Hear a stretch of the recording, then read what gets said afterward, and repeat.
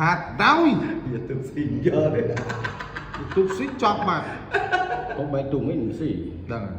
ông đây mới gọi lại ta đây ông về từ đi tôi gọi đi tí đâu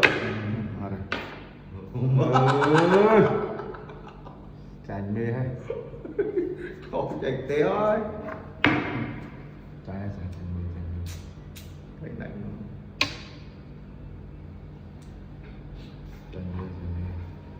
mình là xích tôi nhá ơi mình chỗ lại ngọt là rồi lại ngon này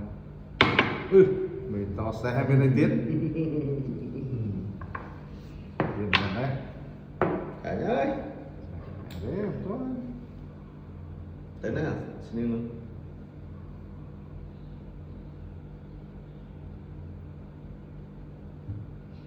tại vì đây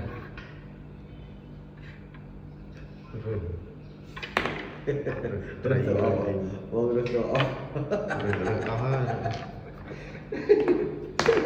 terus ôi ở lên nhá